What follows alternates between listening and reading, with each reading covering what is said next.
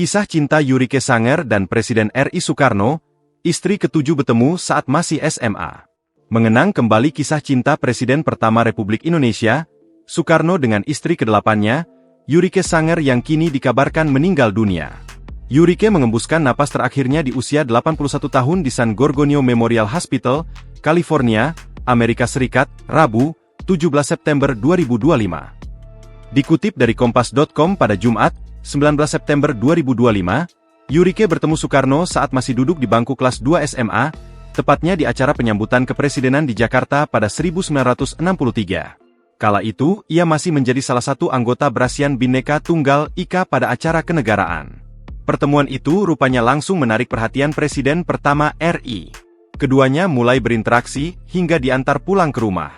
Sejak muda, Yurike dikenal memiliki paras cantik, cerdas, sekaligus anggun.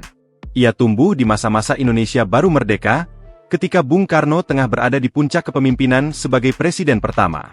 Wanita blasteran Jerman dan Manado ternyata memiliki profesi sebagai penyanyi sebelum menikah dengan presiden pertama Indonesia tersebut. Soekarno dan Yurike kemudian berpacaran dan menikah pada 1964. Yurike Sanger memilih untuk berpindah keyakinan dari Kristen menjadi Islam. Namun, keduanya bercerai dengan baik-baik 3 tahun setelahnya.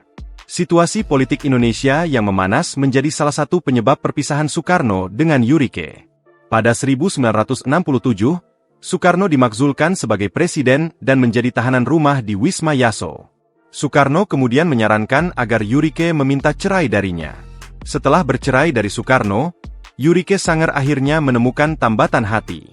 Setelah menikah kedua kali, Yurike memutuskan menetap di Amerika Serikat akibat terjadinya reformasi pada 1998.